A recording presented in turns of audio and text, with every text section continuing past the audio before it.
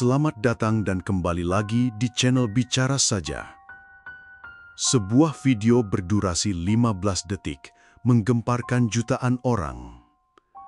Menyebut tahun 2026 akan jadi akhir bagi pekerja Indonesia di Jepang.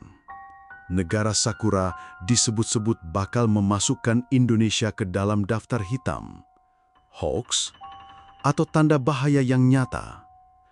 Dari desa-desa Indonesia sampai ke jalan-jalan Tokyo, isu ini menebar ketakutan. Tapi apa yang sebenarnya terjadi? Siapa yang salah? Dan benarkah mimpi ribuan anak muda Indonesia akan hancur hanya karena ulah segelintir oknum? Tokyo 2025. Bagi Andika Prasetyo, 22 tahun. Pagi itu seharusnya menjadi awal dari mimpi barunya. Di sebuah kamar kecil di asrama pelatihan kerja, LPK Maju Sukses di Yogyakarta, ia baru saja menerima pengumuman bahwa ia lolos seleksi teknis kerja ke Jepang sebagai trainee di bidang pertanian. Setelah 2 tahun belajar bahasa, sopan santun dan budaya Jepang, kabar itu ibarat hadiah manis atas pengorbanan panjangnya. Namun, semua berubah hanya dalam waktu 15 detik. Sebuah video TikTok dari akun bernama @isul14 tiba-tiba viral. Dalam video itu, muncul narasi mengejutkan. Tahun 2026 akan jadi tahun terakhir WNI diizinkan bekerja di Jepang. Indonesia akan masuk daftar hitam karena terlalu banyak bikin masalah. Musik mencekam mengiringi potongan video yang menampilkan tangkapan layar berita kriminal WNI di Jepang. Tampak juga rekaman orang-orang memakai jaket bertuliskan immigration mengamankan seseorang berwajah Asia Tenggara. Video itu menyebar seperti api, menyambar jerami kering. Dalam waktu 3 hari, sudah ditonton lebih dari 3,8 juta kali, dibanjiri ratusan ribu komentar. Belajar mati-matian malah dengar berita kayak gini, tulis seorang netizen. Baru aja, orang tua izinin kerja ke Jepang, sekarang malah ada kabar blacklist, timpal lainnya. Andika terpaku. Di kepalanya langsung berputar bayangan. Orang tuanya yang menjual sawah demi biaya pelatihan, teman-teman LPK yang bersorak waktu pengumuman kelulusan, dan mimpi sederhananya, bisa kirim uang untuk adiknya yang masih sekolah. Semua terasa hancur seketika. Program magang ke Jepang memang jadi salah satu jalan paling populer bagi anak muda dari desa-desa di Indonesia. Pemerintah Jepang sendiri yang tengah menghadapi krisis tenaga kerja karena penuaan populasi, sejak 2017 membuka skema kerja terbatas, Technical Intern Training Program. Dari bidang pertanian, perawat lansia, hingga manufaktur, ribuan WNI mengisi posisi itu. Andika, berasal dari sebuah desa di Sragen, adalah salah satunya. Ia tinggal di asrama bersama sahabatnya Fikri yang juga lolos ke Jepang, namun masih menunggu visa. Ketika isu blacklist ini viral, suasana asrama LPK Maju Sukses mendadak muram. Tak ada lagi suara belajar bahasa Jepang, tak ada canda tawa latihan memperkenalkan diri. Semua sibuk menatap ponsel, membaca komentar yang membuat hati makin was-was.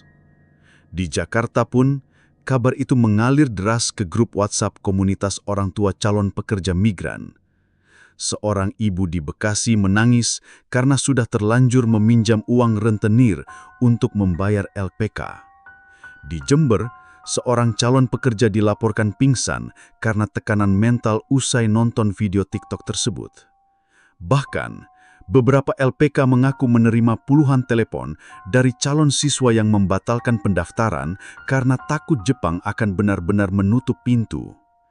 Sementara itu, di Jepang pun, isu ini sampai ke telinga para pekerja migran Indonesia yang sudah lama tinggal di sana. Salah satunya adalah Mbak Wati, 39 tahun, seorang TKI sektor panti lansia di kota Ibaraki. Ia merasa cemas, sekaligus kesal. Kami di sini kerja capek-capek, jaga nama baik, malah ada oknum bikin ulah terus semua kena getahnya, ujarnya dalam wawancara video call dengan komunitas diaspora Indonesia. Isu ini semakin membesar hingga akhirnya media mainstream seperti Ohio Jepang dan Tribun Tokyo juga ikut memberitakan. Reporter mereka berhasil mewawancarai Muhammad Al-Aula, koordinator fungsi Pensosbud KBRI Tokyo. Sampai saat ini, tidak ada pernyataan dari pemerintah Jepang yang menyebut Indonesia akan masuk daftar hitam. Tegasnya, ia juga menjelaskan bahwa program penerimaan tenaga kerja asing tetap berjalan, bahkan sedang ditingkatkan lewat forum kerjasama bilateral. Namun, Aula juga tak menampik bahwa ada sejumlah kasus kriminal dan pelanggaran aturan imigrasi yang dilakukan oleh WNI.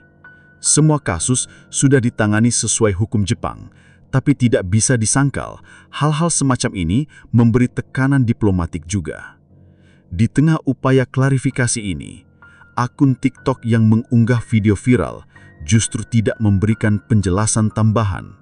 Tak ada disclaimer, tak ada sumber. Netizen pun terbelah. Sebagian panik, sebagian menyalahkan akun tersebut karena menyebarkan informasi yang belum jelas kebenarannya. Beberapa bahkan melaporkan akun itu karena menyebarkan kepanikan nasional. Namun nasi sudah menjadi bubur. Efek dari video pendek itu bukan hanya menimbulkan keresahan, tapi juga mulai merusak percaya publik.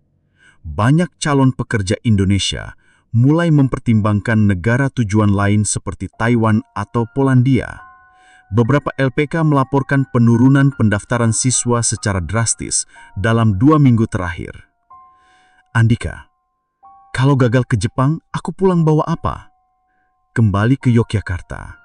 Di pojok kamar asrama, Andika duduk termenung. Ia membuka kembali buku catatan belajarnya. Di halaman depan ada tulisan tangan yang dulu dibuatnya sendiri. Nihon e ikitai, kazoku no tameni. Aku ingin ke Jepang demi keluargaku. Ia menutup buku itu perlahan. Meskipun belum ada keputusan resmi, ketakutan itu nyata. Ia merasa masa depannya bisa berubah hanya karena sebuah unggahan viral. Fikri, sahabat sekamarnya, mencoba menghibur. Kita tunggu aja kabar dari LPK sama KBRI. Jangan putus asa dulu, bro. Andika hanya mengangguk pelan. Di dalam hati, ia tahu perjuangannya belum selesai.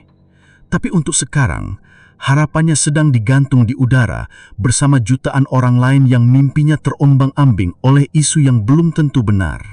Langit mendung menggantung di atas kota Yogyakarta. Di dalam asrama pelatihan kerja, LPK Maju Sukses, suasana masih muram sejak video viral TikTok menghantam semangat para calon pekerja migran. Andika Prasetyo, 22 tahun, yang kemarin begitu bersemangat setelah dinyatakan lolos ke Jepang, kini hanya termenung menatap layar ponselnya. Pesan demi pesan dari grup WhatsApp LPK terus berdatangan, penuh dengan tanya, panik, dan desakan kejelasan. Di kamar kecil berukuran 3 x 4 meter itu, ia ditemani Fikri, sahabat sekaligus teman sekamar yang juga tengah bersiap menuju Jepang. Fikri tak banyak bicara, hanya sesekali mengintip berita lewat Twitter atau membaca komentar-komentar cemas dari sesama calon pekerja. Mereka tahu, video berdurasi 15 detik itu telah berubah menjadi badai yang memukul harapan banyak orang. Di seberang Pulau Jawa, tepatnya di Wonogiri, Ibu Andika yang bekerja sebagai buruh tani pun ikut terkena dampak psikologis dari berita tersebut. Ia mendengar kabar blacklist itu dari tetangga, lalu memastikan sendiri lewat YouTube dan Facebook. Dalam hatinya, bergolak kecemasan yang tak mampu ia ungkapkan dengan kata-kata. Ia telah menjual sawah satu-satunya agar anak sulungnya bisa ikut LPK. Jika Jepang benar-benar menolak pekerja Indonesia, maka semua pengorbanan itu akan sia-sia. "Apa salah anakku?" bisiknya pelan sambil memeluk foto Andika waktu masih kecil. Bukan hanya keluarga Andika, ribuan orang tua di pelosok Indonesia, dari Lampung, Brebes, Madiun, hingga Dompu ikut guncang. Mayoritas dari mereka telah menggantungkan harapan pada jalur kerja ke luar negeri.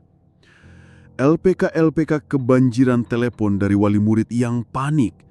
Bahkan beberapa santri di LPK berbasis pondok pesantren mulai menangis karena merasa masa depan mereka digantung tanpa tali. Di LPK Maju Sukses, pelatihan yang biasa diisi dengan percakapan bahasa Jepang kini sepi. Para peserta seperti kehilangan arah. Bahkan guru bahasa mereka, Sensei Agus, yang biasanya penuh semangat mengajar salam dan perkenalan, hanya bisa menghela napas panjang. "Minasang, tetap semangat ya. Jangan percaya sepenuhnya pada yang viral," katanya lirih, mencoba menenangkan. Namun wajah-wajah peserta tetap murung. Salah satu siswa perempuan, Rara, bahkan mengaku sempat ingin berhenti karena orang tuanya di Makassar mendesaknya untuk mencari alternatif lain. "Kita bukan hanya melawan hoaks, tapi juga melawan rasa takut," gumam Rara dengan suara nyaris tak terdengar. Di media sosial, isu ini terus membesar. Akun-akun gosip, influencer lowongan kerja luar negeri, dan bahkan beberapa media tidak bertanggung jawab mulai menggiring narasi bahwa Jepang kecewa terhadap WNI. Beberapa akun bahkan menampilkan potongan video orang Indonesia yang ditangkap di Jepang karena kerja ilegal, tanpa menjelaskan konteks, seolah semua pekerja migran kita seperti itu. Komentar-komentar penuh kecemasan pun membanjiri. "Udah bayar 35 juta buat pelatihan, masa nggak jadi? LPK ku di Jombang juga bilang peserta banyak mundur. Tolong dong, pemerintah kasih penjelasan yang tegas. Jangan sampai satu negara nutup pintu cuma karena oknum." Di tengah kekacauan ini, satu hal jelas, rakyat butuh kejelasan. Butuh penegasan dari pemerintah bahwa masa depan mereka tidak sedang ditentukan oleh satu video TikTok. Di Jepang, KBRI Tokyo akhirnya mengeluarkan pernyataan resmi. Tidak ada pernyataan dari pemerintah Jepang mengenai blacklist terhadap Indonesia. Namun suara itu tak cukup kuat menembus desa-desa di Indonesia yang lebih percaya pada cuplikan video pendek daripada klarifikasi panjang dalam bahasa formal. Koordinator Fungsi Pensosbud KBRI Tokyo, Muhammad Al-Aula, menyatakan bahwa program kerjasama antar negara terus berjalan. Bahkan Jepang sendiri masih sangat membutuhkan tenaga kerja asing, termasuk dari Indonesia, untuk mengisi kekosongan di sektor pertanian, lansia, dan manufaktur. Namun kata-katanya seperti hanya menenangkan sebagian kecil yang punya akses ke informasi benar. Kembali ke asrama. Malam itu, Andika dan Fikri duduk di balkon kecil menatap langit gelap. Angin dingin menyusup dari celah jendela. Keduanya diam lama, sampai akhirnya Fikri membuka suara. "Kalau semua ini karena ulah beberapa orang yang nyolong, kabur kerja, atau bikin gaduh, kita yang udah belajar, disiplin, ikut pelatihan resmi, kena juga." Andika hanya mengangguk, tapi hatinya memberontak. Ia menatap layar ponsel yang kini menampilkan wajah seorang WNI diinterogasi oleh petugas Jepang, video yang kembali viral. Ia tahu selama ini banyak juga WNI yang bekerja dengan baik, membawa nama baik bangsa, tapi mengapa suara mereka tenggelam? "Harusnya negara tegas," ujar Andika lirih. "Jangan cuma klarifikasi, tapi juga benar-benar jaga nama baik kita di luar. Kalau negara lemah, kita ini jadi korban reputasi." Meski diombang-ambing ketakutan, Andika tahu satu hal, menyerah bukan pilihan. Ia tak mau mimpi ibunya hancur karena kabar yang belum jelas. Ia memilih tetap mengikuti pelatihan, tetap percaya bahwa suara kebenaran akan menang dari bisikan ketakutan. Di hari berikutnya, ia mengajak Rara dan Fikri untuk kembali latihan percakapan bahasa Jepang. Meski masih dengan raut ragu, mereka mulai menyebutkan lagi, "Watashi wa Andika desu, Indonesia kara kimashita." Hari ketiga setelah video viral itu meledak, suasana di LPK Harapan Baru terasa murung. Para siswa magang tampak was-was. Banyak dari mereka belum bisa tidur nyenyak, takut program magangnya dibatalkan. Erik duduk sendiri di taman belakang gedung LPK. Tangannya memegang kertas visa yang belum sempat dikirim. Di benaknya ada satu pertanyaan yang terus menghantui. Kenapa mereka rusuh seperti itu? Dan kenapa harus di Jepang? Masih kepikiran soal video itu? Tanya Rani, gadis asal Banyuwangi yang juga peserta LPK. Erik mengangguk. Iya, aku takut. Bukan cuma soal gagal berangkat, tapi lebih ke dampaknya buat semuanya. Nama Indonesia dibawa bawaran. Rani duduk di sebelahnya. Ia menghela nafas. Kamu tahu siapa yang ada di video itu? Belum, tapi katanya anak-anak LPK dari Karawang. Ada yang bilang mereka minum-minum, mabuk, terus berantem sama orang Nepal. Jelas Erik pelan. Rani menggeleng. Aku dengar beda. Katanya mereka diprovokasi duluan, tapi media malah nyalahin mereka. Di sisi lain, media di Indonesia dan Jepang terus memberitakan kasus itu. Sayangnya, tidak semua berita memberikan konteks yang jelas. Sebagian besar hanya mengutip potongan video tanpa penjelasan, menyulut amarah netizen di kedua negara. Di Tokyo, staf Kedutaan Besar Republik Indonesia, KBRI, mulai kebanjiran telepon dari pihak-pihak LPK dan perusahaan Jepang. Mereka khawatir reputasi kerjasama dengan Indonesia bakal hancur. Pak, sudah ada 2 perusahaan batal rekrut anak-anak kita.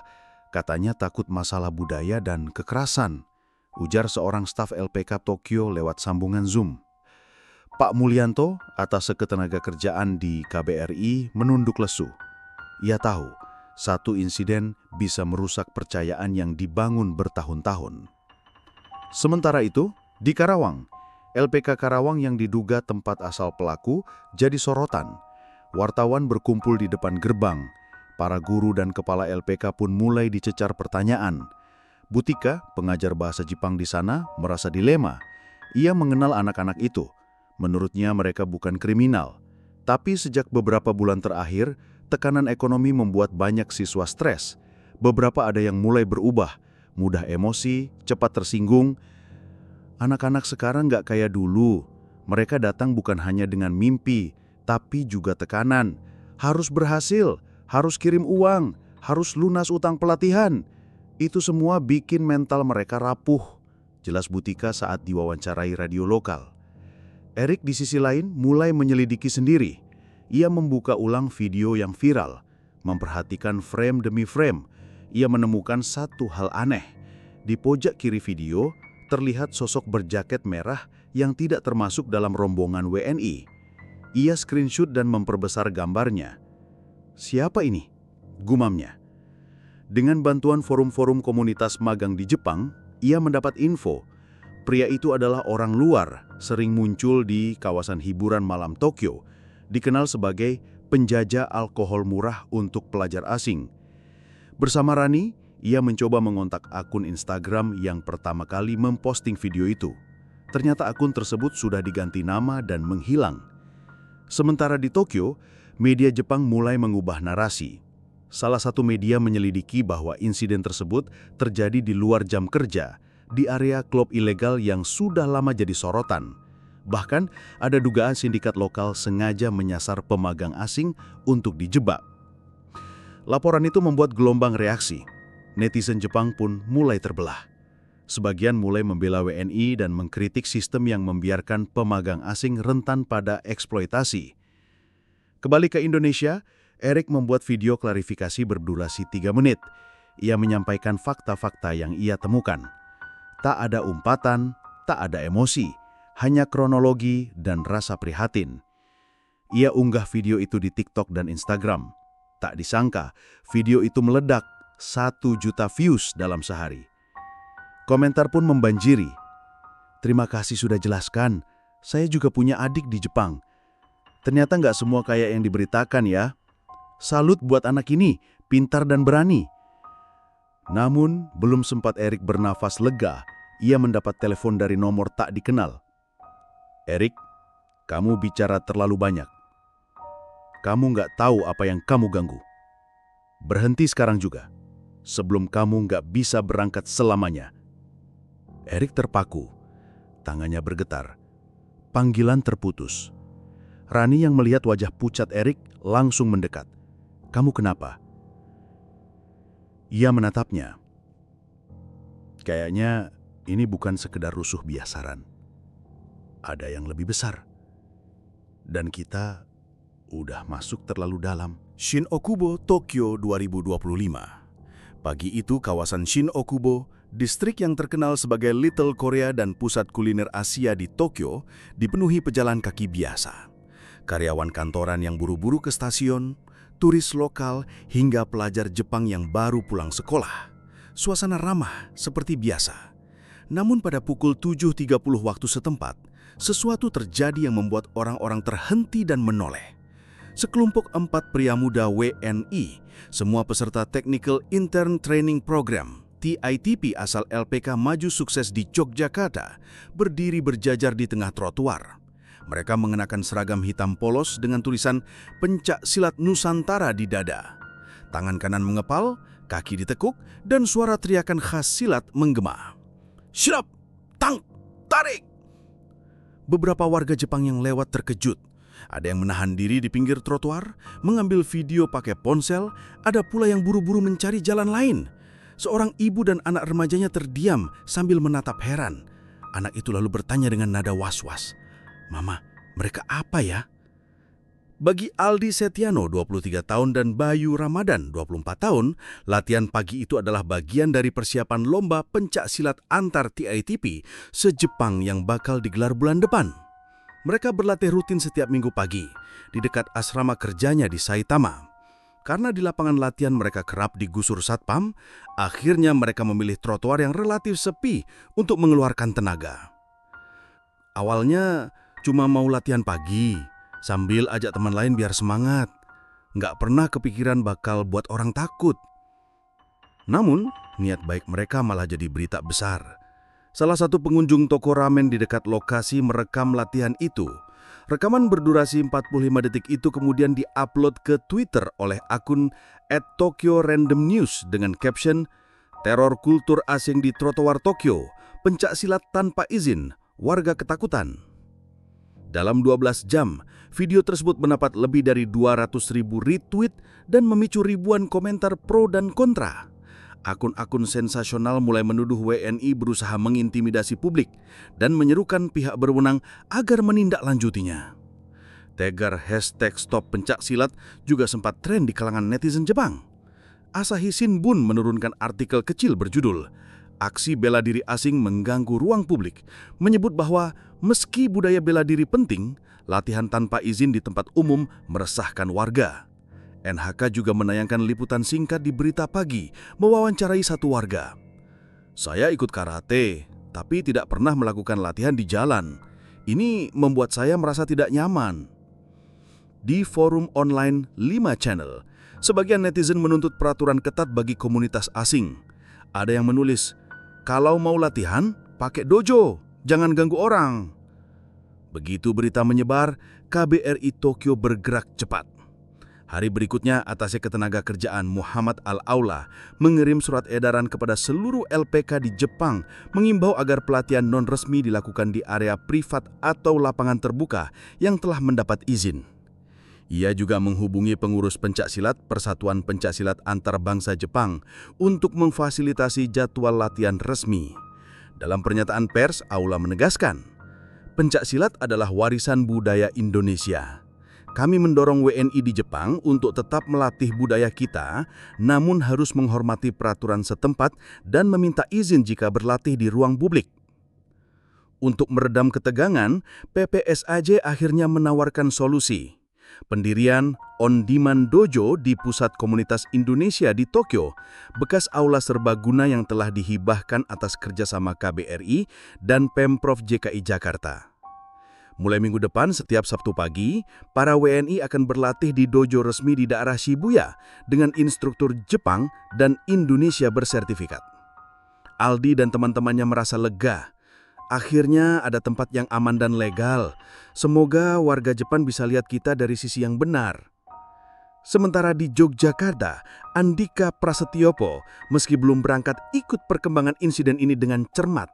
Ia sedang mempersiapkan diri mengikuti ujian tingkat N4 JLPT, Japanese Language Proficiency Test.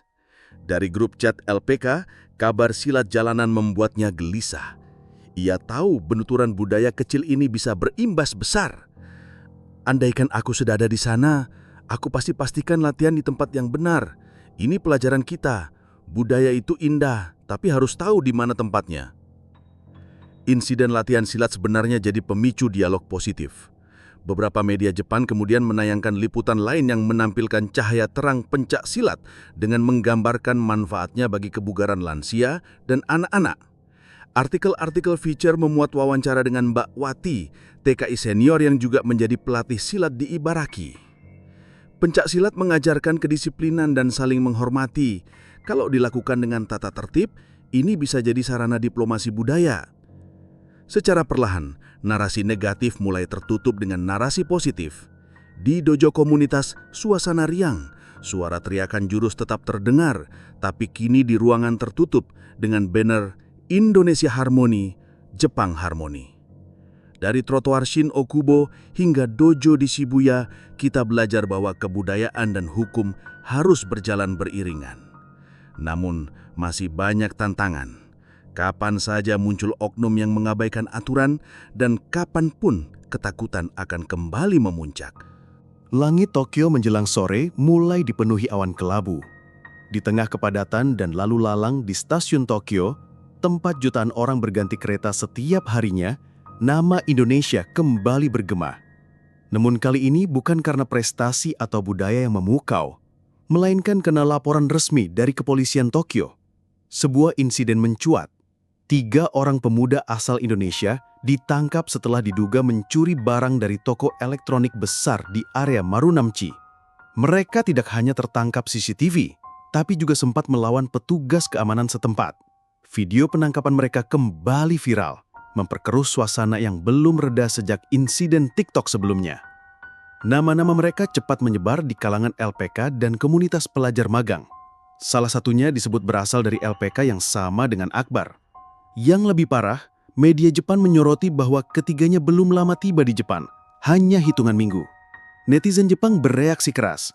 Banyak yang mulai membuat petisi agar program magang teknis dari Indonesia ditinjau ulang. Akbar yang malam itu hendak pulang kerja, langsung disambut pesan panik di grup lain. 3 anak Indonesia ditangkap, ada yang bilang dari LPK kita. Akbar hanya bisa memandangi layar ponselnya. Badannya lelah, pikirannya penuh. Namun yang paling berat adalah rasa malu dan takut. Ia merasa sedang hidup dalam bayang-bayang kesalahan orang lain. Keesokan harinya, suasana asrama menjadi tegang. Para senior dan pengurus LPK di Jepang mulai turun tangan. Mereka kumpulkan semua anak LPK Indonesia di Kanto untuk briefing darurat. Dalam ruangan kecil yang pengap, salah satu staf dengan suara keras berkata, "Kalian bukan hanya membawa nama pribadi, tapi juga negara. Kalau ini terus terjadi, program magang bisa dihentikan. Bayangkan nasib ribuan anak muda di kampung kalian yang ingin menyusul." Akbar menunduk, bukan karena ia merasa bersalah, tapi karena beban itu kini terlalu nyata. Ia hanya ingin belajar dan membantu keluarga.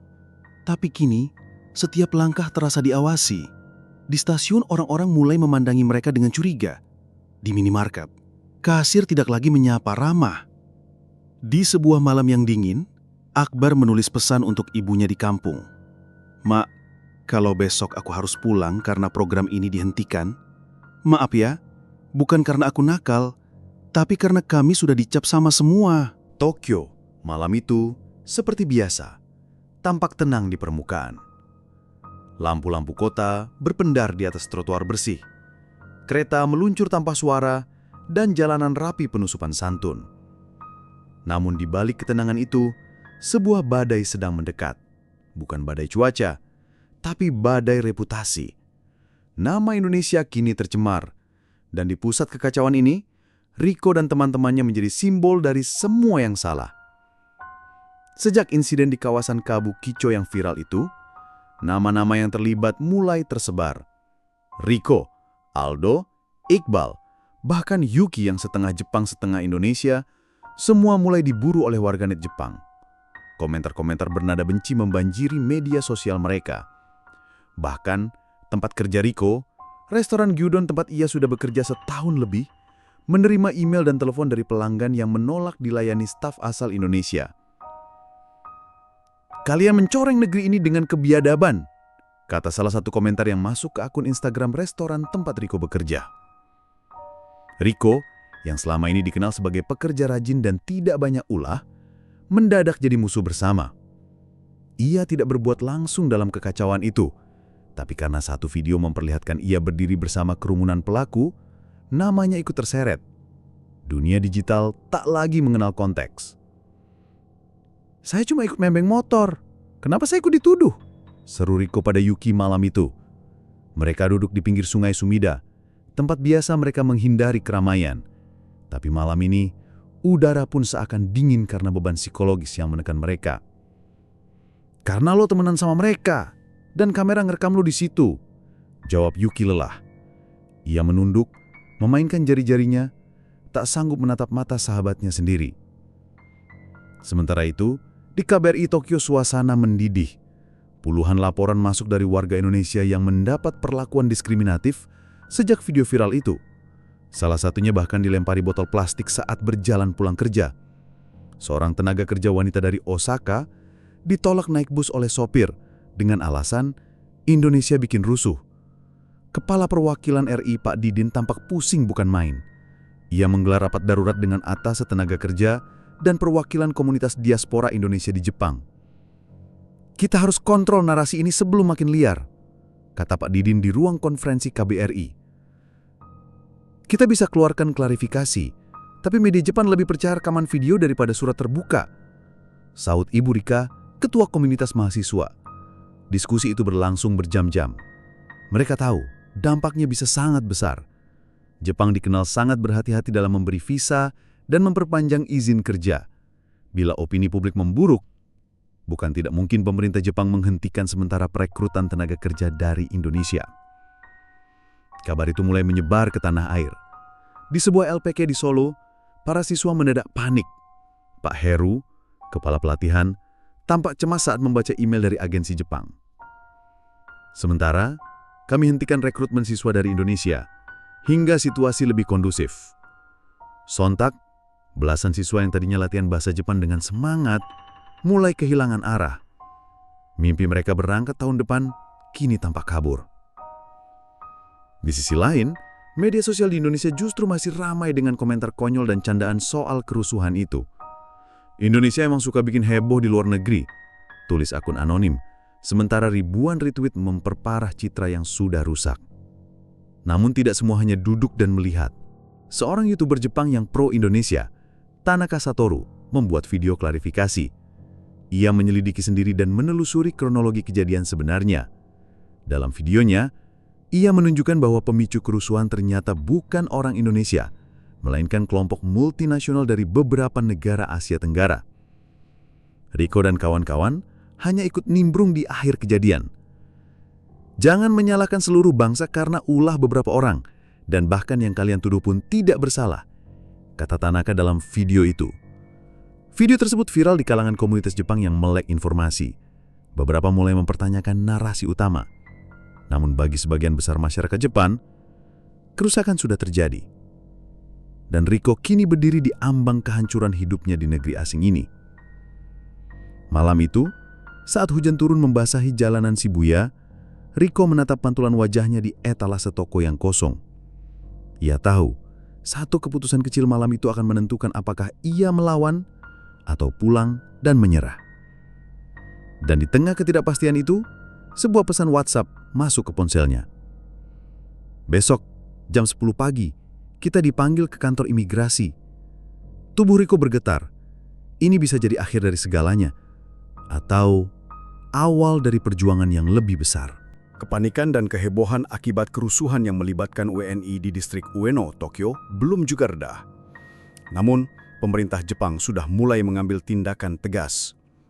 Dalam sebuah konferensi pers yang digelar di kantor Kementerian Luar Negeri Jepang di Kasumigaseki, Menteri Luar Negeri Jepang Fumio Asakada menyatakan secara terbuka bahwa pihaknya sangat kecewa dan sedang mempertimbangkan sanksi diplomatik, termasuk pembatasan visa bagi WNI ke Jepang. Di Indonesia, tekanan publik semakin tinggi. Media sosial dibanjiri perdebatan panas. Sebagian masyarakat merasa malu dan geram terhadap perilaku para WNI yang membuat rusuh, namun sebagian lain menuntut agar pemerintah memberikan pembelaan yang tegas. Sementara itu, tokoh utama kita, Bayu, yang sebelumnya hanya niat bekerja keras dan berlibur sesekali, kini ikut terseret dalam dilema yang lebih besar. Meski tidak ikut dalam aksi anarkis, Bayu kini dianggap bagian dari kelompok WNI yang merusak citra bangsa.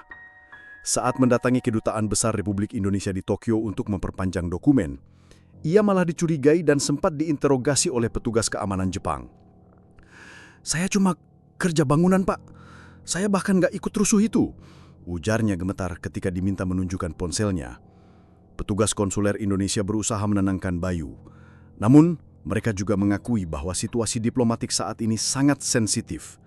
KBRI Tokyo kebanjiran surat elektronik dari warga Jepang yang menyatakan kekhawatiran mereka terhadap keberadaan WNI. Di sisi lain, muncul tekanan dari organisasi HAM di Jepang yang menyoroti kemungkinan diskriminasi terhadap para pekerja migran. Beberapa WNI yang tak bersalah mengaku mulai menerima perlakuan tidak menyenangkan, seperti pengusiran dari kontrakan atau pemutusan kontrak kerja secara sepihak. Salah satu dari mereka, seorang perempuan bernama Risa, bahkan didorong oleh seorang warga lokal di stasiun karena mengenakan jilbab dan dianggap orang rusuh. Kejadian itu viral di Twitter Jepang dan memicu perdebatan sengit antar warganet. Dalam upaya meredam situasi, Presiden Indonesia langsung mengutus Duta Besar Khusus, Profesor Muhammad Ridwan, untuk melakukan pembicaraan intensif dengan pemerintah Jepang. Ridwan, seorang diplomat senior yang dihormati di kawasan Asia Timur, tiba di Narita dengan pengawalan ketat. Dalam konferensi persnya, ia menyampaikan permintaan maaf secara terbuka atas kejadian yang terjadi, namun juga menegaskan bahwa hanya sebagian kecil WNI yang terlibat. "Mayoritas warga negara kami adalah pekerja keras dan patuh hukum. Kami sangat menyesalkan insiden tersebut dan akan bekerja sama sepenuhnya untuk menangani oknum-oknum pelaku," ujar Profesor Ridwan. Sementara itu, di Jakarta, pihak imigrasi mulai mempertegas proses keberangkatan ke Jepang. Setiap calon pekerja migran yang ingin berangkat ke Jepang kini wajib menjalani sesi pelatihan budaya dan etika publik Jepang selama 2 minggu sebelum memperoleh visa kerja. Langkah ini menuai dukungan, namun juga kritik karena dianggap lamban. Bayu sendiri merasa hancur. Ia sudah bekerja di Jepang lebih dari 2 tahun dan baru kali ini merasa terasing di negeri itu. Seorang mandor proyek bangunan asal Jepang yang biasa memanggilnya dengan akrab, kini enggan berbicara. Rekan-rekannya dari Bangladesh dan Filipina juga mulai menjaga jarak. Malam itu, Bayu menatap sepi ke langit Tokyo dari apartemennya yang sempit. Ia menyalakan video call ke ibunya di Ngawi. "Bu, kalau nanti Jepang usir semua orang Indonesia, aku harus gimana?" Sang ibu tak menjawab, hanya tangis yang terdengar. Di balik hiruk-pikuk dunia diplomasi dan sosial media, Bayu dan ribuan WNI lain yang tak bersalah kini harus menghadapi kenyataan pahit. Terkadang, satu kesalahan sekelompok kecil orang bisa mencoreng jutaan lainnya. Langit Haneda malam itu dipenuhi lampu pesawat yang datang dan pergi. Suara deru mesin bercampur dengan pengumuman berbahasa Jepang dan Inggris yang berulang. Di satu sudut ruang tunggu bandara, 7 WNI duduk diam, mengenakan pakaian seragam warna biru muda, bertuliskan Immigration Escort. Di belakang mereka, 2 petugas dari Kedutaan Besar RI di Tokyo berdiri dengan wajah kaku. Zulfan duduk paling ujung, matanya memandangi pesawat yang akan membawa mereka pulang ke Indonesia. Wajahnya lebih tirus dibanding saat pertama kali ia datang ke Jepang 2 tahun lalu. Dalam tangannya, ia masih menggenggam foto kakaknya, almarhum Yusril, yang dulu memberinya semangat merantau. Sekarang, semangat itu sudah mati, terkubur bersama rasa malu. Pulang, tapi bukan pulang sebagai pahlawan devisa. Kita pulang sebagai aib, bisik Zulfan lirih. Di sebelahnya, Rani menunduk. Tangannya memegang tas kecil berisi beberapa lembar baju dan surat pernyataan dari imigrasi Jepang. Ia tidak tahu bagaimana menjelaskan ini kepada ibunya di Nganjuk. Ibunya tidak pernah tahu bahwa Rani bekerja sebagai penari ilegal di klub malam, apalagi ditangkap karena terlibat kerusuhan yang menyebabkan 3 orang Jepang luka-luka.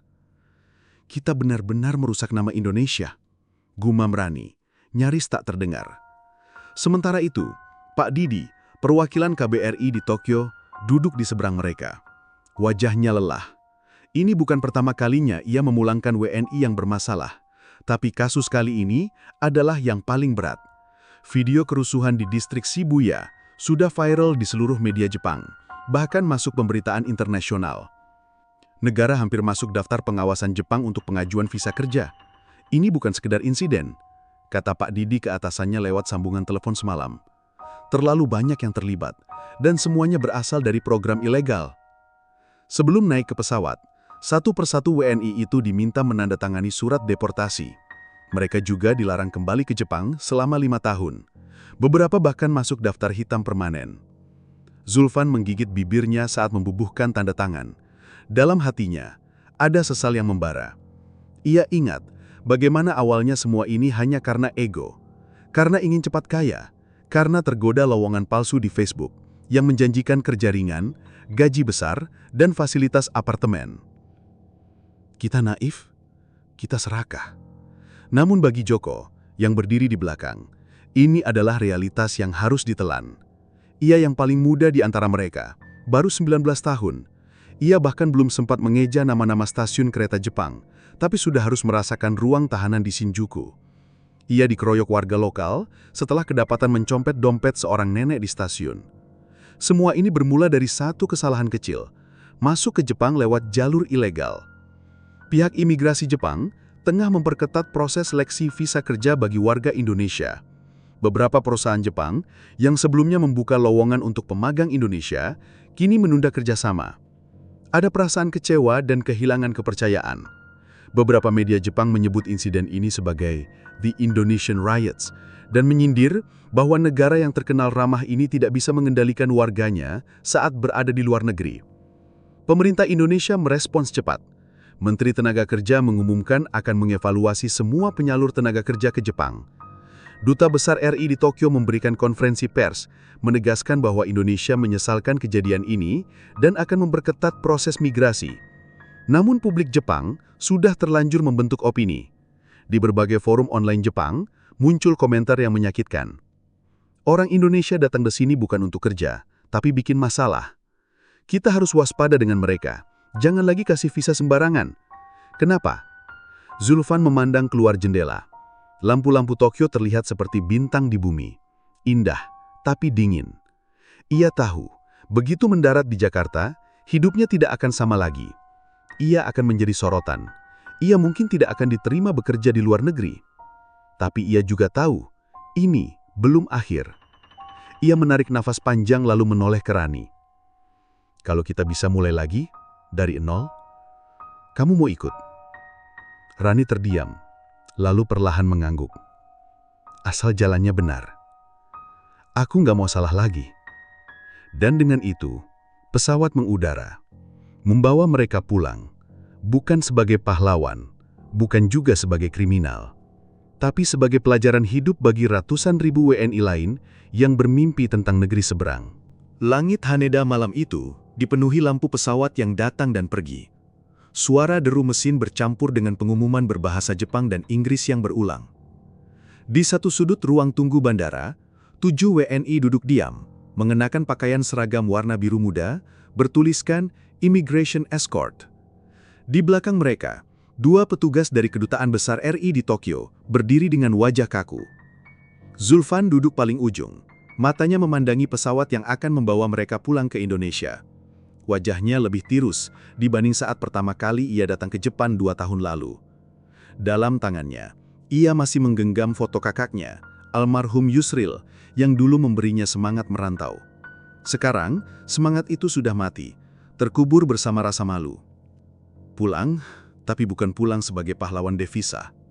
Kita pulang sebagai aib, bisik Zulfan lirih.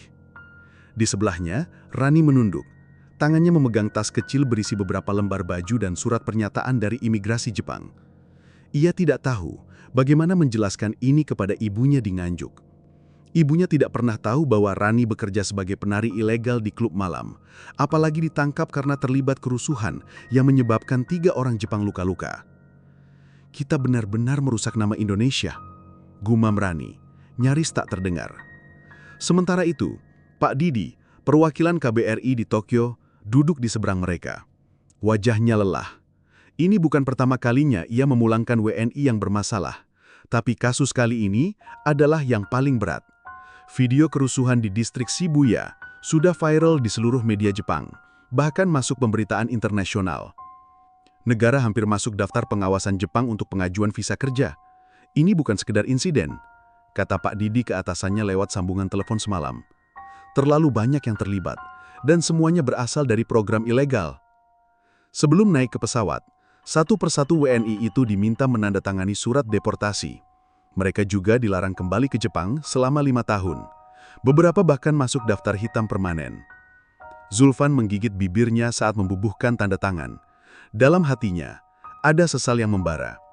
Ia ingat bagaimana awalnya semua ini hanya karena ego, karena ingin cepat kaya, karena tergoda lowongan palsu di Facebook yang menjanjikan kerja ringan, gaji besar, dan fasilitas apartemen. Kita naif, kita serakah. Namun bagi Joko, yang berdiri di belakang, ini adalah realitas yang harus ditelan. Ia yang paling muda di antara mereka, baru 19 tahun. Ia bahkan belum sempat mengeja nama-nama stasiun kereta Jepang, tapi sudah harus merasakan ruang tahanan di Shinjuku. Ia dikeroyok warga lokal setelah kedapatan mencompet dompet seorang nenek di stasiun. Semua ini bermula dari satu kesalahan kecil, masuk ke Jepang lewat jalur ilegal. Pihak imigrasi Jepang tengah memperketat proses seleksi visa kerja bagi warga Indonesia. Beberapa perusahaan Jepang yang sebelumnya membuka lowongan untuk pemagang Indonesia, kini menunda kerjasama. Ada perasaan kecewa dan kehilangan kepercayaan. Beberapa media Jepang menyebut insiden ini sebagai The Indonesian Riots dan menyindir bahwa negara yang terkenal ramah ini tidak bisa mengendalikan warganya saat berada di luar negeri. Pemerintah Indonesia merespons cepat. Menteri Tenaga Kerja mengumumkan akan mengevaluasi semua penyalur tenaga kerja ke Jepang. Duta Besar RI di Tokyo memberikan konferensi pers, menegaskan bahwa Indonesia menyesalkan kejadian ini dan akan memperketat proses migrasi. Namun publik Jepang sudah terlanjur membentuk opini. Di berbagai forum online Jepang, muncul komentar yang menyakitkan. Orang Indonesia datang ke sini bukan untuk kerja, tapi bikin masalah. Kita harus waspada dengan mereka. Jangan lagi kasih visa sembarangan. Kenapa? Zulfan memandang keluar jendela. Lampu-lampu Tokyo terlihat seperti bintang di bumi. Indah, tapi dingin. Ia tahu, begitu mendarat di Jakarta, hidupnya tidak akan sama lagi. Ia akan menjadi sorotan. Ia mungkin tidak akan diterima bekerja di luar negeri. Tapi ia juga tahu, ini belum akhir. Ia menarik nafas panjang lalu menoleh ke Rani. Kalau kita bisa mulai lagi, dari nol, kamu mau ikut? Rani terdiam, lalu perlahan mengangguk. Asal jalannya benar. Aku nggak mau salah lagi. Dan dengan itu, pesawat mengudara, membawa mereka pulang, bukan sebagai pahlawan, bukan juga sebagai kriminal, tapi sebagai pelajaran hidup bagi ratusan ribu WNI lain yang bermimpi tentang negeri seberang.